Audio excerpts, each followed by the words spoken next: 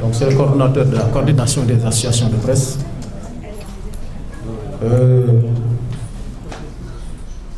mu bëgg am rek lu ma ci dolli tuuti balaa may jox kàddu gi sama naataango yi mu dogal ci table lii sa dafa wax lu am solo mooy ñun on a comme l'impression que notre ministre de tutelle veut se glorifier d'avoir fermé des médias muy lu catastrophique aussi je pense que war na xool ci yeneen naataangoom yi nga xam ni kenn ku ci nekk secteur bi ñu la dénk yaa ngi def sa kéem kàttan pour ñi nga xam ne yaa leen bokk yilif seen bët bu ñu xonqee bu ñu ñëwee ci yow nga mën leen saafaraal seen jafe-jafe mais ñun les acteurs des médias li ñu constaté mooy et on est désolé de le dire suñu ministre dafa mel ne joxuñu cër bi waat lii sa wax na ko léegi ñun nag ay légaliste la et il faut aussi ñu préciser benn affaire coordination des associations de presse waxul ni nekkuñu fi di défendre ñoo xam ne dañu bañ a régulariser wu c'est pas ça la question c'est pas ça le débat entreprise de presse yi bañu ñoo respecter les dispositions du code de la presse mais ku ko ci deful dafa am lu tax et bu ñu woowoon ñun waxtaan mënoon nañ ko proposer ay pistes de solution yu yomb du fi nekk di tëj benn organe mënoon na ne man état man maa ne aide à la presse bi dama koy yóbbu ba 4 milliards muy fonds de développement presse mais mënoon na ne par exemple yéen médias yi nga xam ne kat jotagu leen bindu pour ñu reconnaître leen léegi décision bi may jël men état mooy fonds boobu nga xam ne bindoogu leen mënagu leen cee am mais di ngeen continuer exercer loolu solution la wala mu ne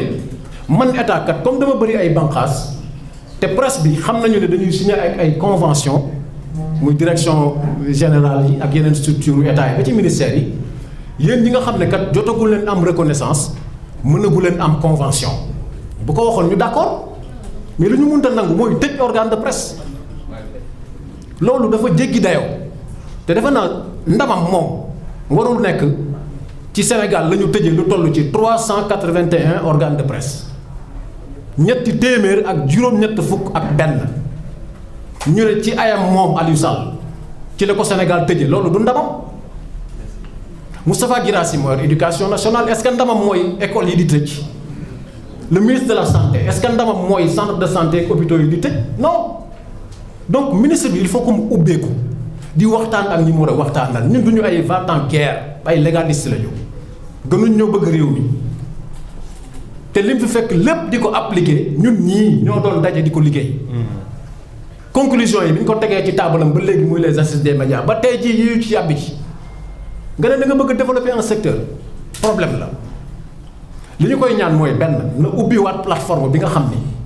tey ñun ñu nekk ci salle bi ñëpp képp ku ci bëgg a ubbi média suba sàmmonteeg les dispositions du code de la presse amoo foo bindoo parce que la plateforme a été fermée sans raison tey man mi bëgg a créer sama média parce que la création de média ne peut pas être souscrite dans le temps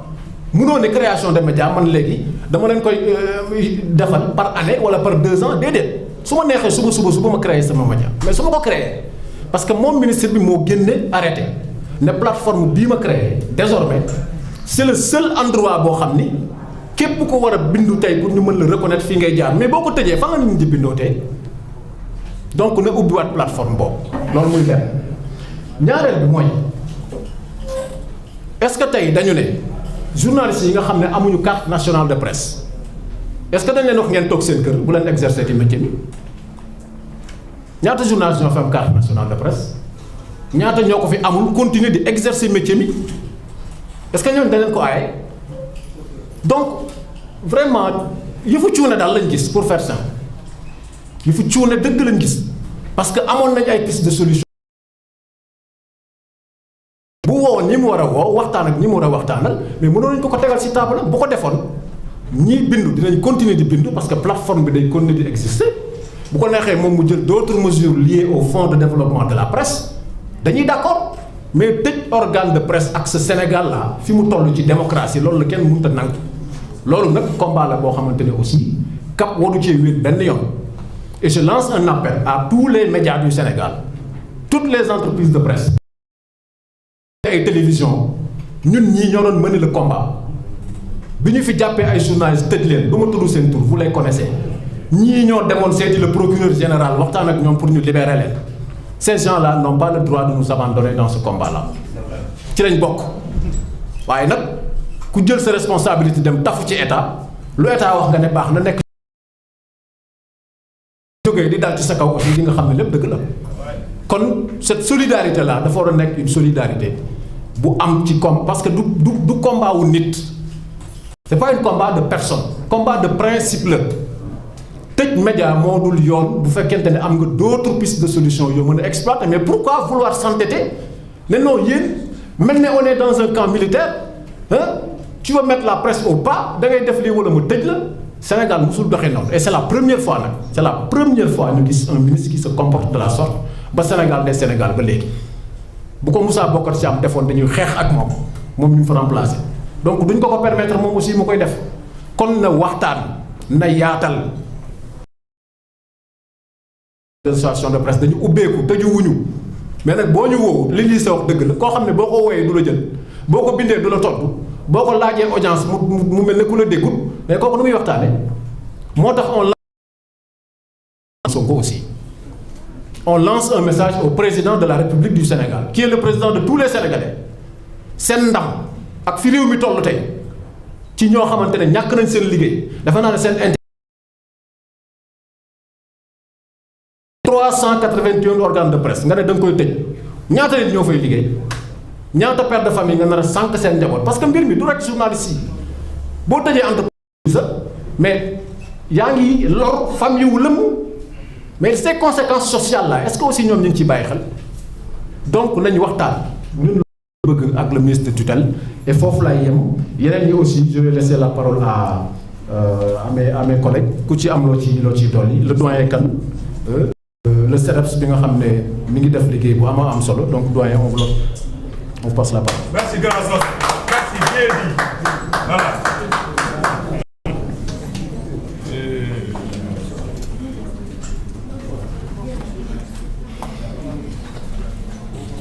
Asalaamaaleykum. maa ngi waruma wax parce que am nañu benn coordonnateur bu ñu tabb bu nga xam ne moom mooy coordonnateur u CAP moom bu fekkee ne dama ko ci war a yokk mooy ñun patronat de la presse ñun ñoo yor lépp li nga xam ne mooy action yi nar a def au niveau des cours et tribunaux parce que suñu xeex dafa am ay pàcc yu bare conférence de presse bi ñuy def nii c'est par rapport à la bataille de l'opinion pour sénégalais yi xam yan jalgati liberté de la presse la fi nguuru président Bassirou Diomaye Diakhar Faye indi parce que depuis at bu mu toogee ay problème kese la indi dans le secteur de la presse fitna la indi dans le secteur de la presse surtout problème bu gën a fondamental mooy suñu constitution li mu samp la liberté de la presse nouveau régime bi bëgg presse bi moom mu wax kan moo war a nekk presse wala kan moo mënul nekk presse ñaareel bi nouveau régime bi du ma si dellu si dans le détail mais yëg ngeen ne ay jafe-jafe yu ñu am avec le fisc au Sénégal ñu présenté ñun entreprise de presse privée yi comme ñun ay bandits fiscaux lañu te pourtant yàlla xam na ne ñun dañu daan fay ñu ngi continuer di fay suñu lempo te ba pare lempo bu nga xam ne moom la ñu wax ne la entreprise de presse privée yi amel état bi en réalité daf si am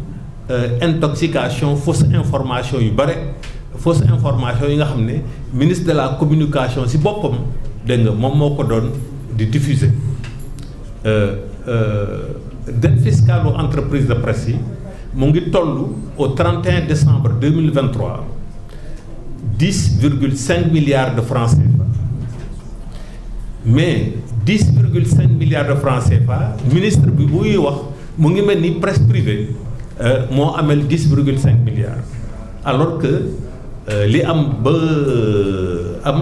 mooy 54% de cette dette fiscale là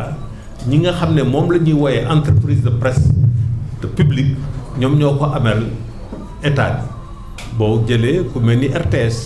boo jëlee ku mel ni Soleil boo jëlee ku mel ni APS boo jëlee ku mel ni TDS SA entreprise de presse privée yi nga xam ne ñoo fi gën a bare ci Sénégal te ñoom ñoo fi ëpp doole du point de vue des médias au Sénégal ñoom su ma ko mënee waxee noonu 45% rek la ñu amel ci 10,5 milliards yooyu mais yemul foofu problème bi mooy ci jaay doole bi nga xam ne nouveau régime bi mu ngi koy jaay doole presse privée mooy état bi ak ses démembrements dañu amel xaalis bu bare aux entreprises de presse privée xaalis bi nga xam ne sax moo ëpp li nga xam ne moom lay état bi di laaj aux entreprises de presse privée loolu mooy ci wàllum rek contrat yi nga xam ne def nañ ko contrat de publicité yi nga xam ne def nañ ko ci atum 2023 mais nguur gu bees yi jaay doole amel ñu xaalis ne duma leen fay